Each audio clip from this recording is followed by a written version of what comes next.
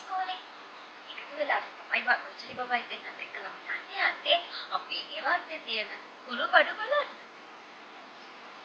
දී තමරක් යන්න. ඔයාලගේ ගෙදර තියෙනව නේද? කුළු බඩු. ගෙවත්තේ යන්න බලන්න. ඔයාලගේ ගෙදර තියෙන කුළු බඩු ගෙවත්තේ තියෙන ඒවා.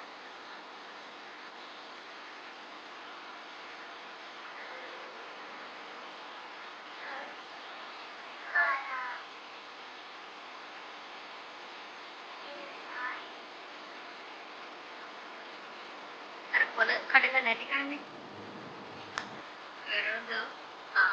ගොඩක් දේවල් තියෙනවා. ගොඩක් දේවල් තියෙනවා නේ. ඔව්. පිංචා අපේ අපේ ටිකක් එකතු කරගෙන එමුද කී?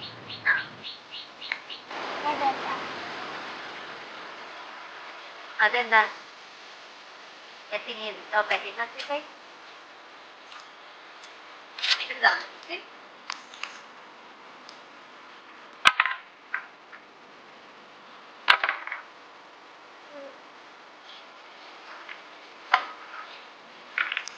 ඉතින් නේද සල්?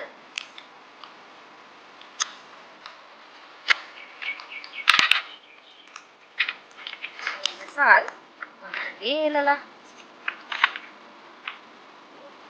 අපේ ගෙදර වැඩ වලට අපි අරගන්න.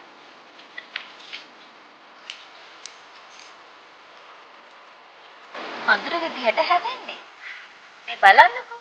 ඒ එනසා අඳුරේ මුලෙන් තමයි මෙන්න මේ වගේ නැටි විදියට ඇවිල්ලා මෙන්න මේ වගේ ලස්සනට මල් පිපිලා එනසාලට හැදෙන්නේ. මේ එනසාල් මෙන්න මේ කඩා ගන්න ඕරලා තියෙන එනසාලටයක් ඇතුලේ තමයි අපි කැමරට ගන්න එනසාල් තියෙන්නේ.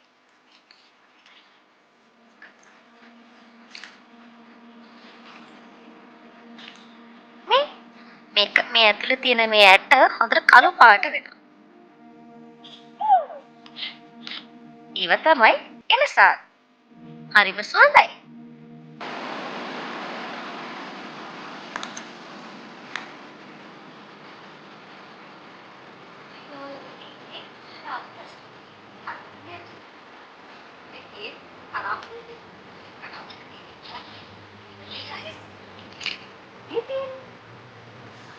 කයි නේද? එකක් හරි රස, යම් රසවත් කරගන්න සුවඳ කුළු බඩු වර්ගයක්.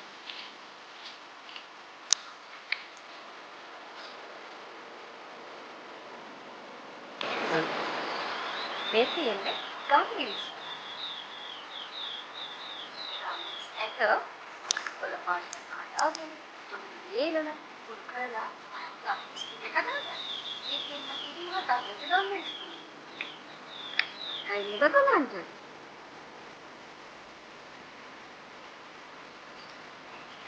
දවසට මේ පාරේ නෙමෙයි. ඒ නිසා වැඩ අපිට නැතිනේ. මේ තියෙන්නේ කොළඹ.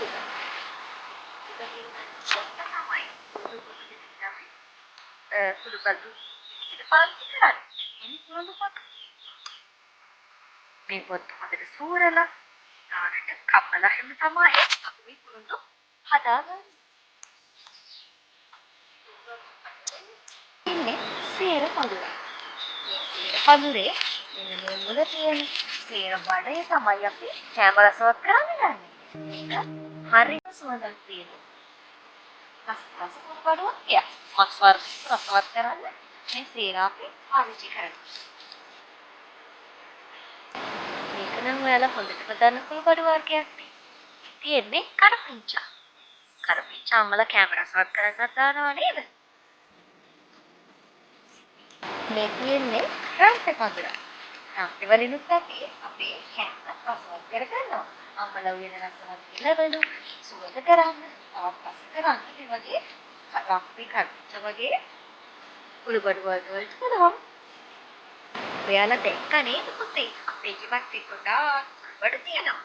මේ කුළුබඩු වලින් අපේ කැම රසවත් කරගන්න පුළුවන්, සුවඳ කරගන්න පුළුවන්. ඒ වගේ තමයි අපේ ශරීරයට අපේ ශරීරයේ තියෙන සමහර විෂ වර්ග අහිතකර දේවල් අපේ ශරීරයෙන් ඉවත් කරන්න මේ කුළුබඩු වලට පුළුවන්.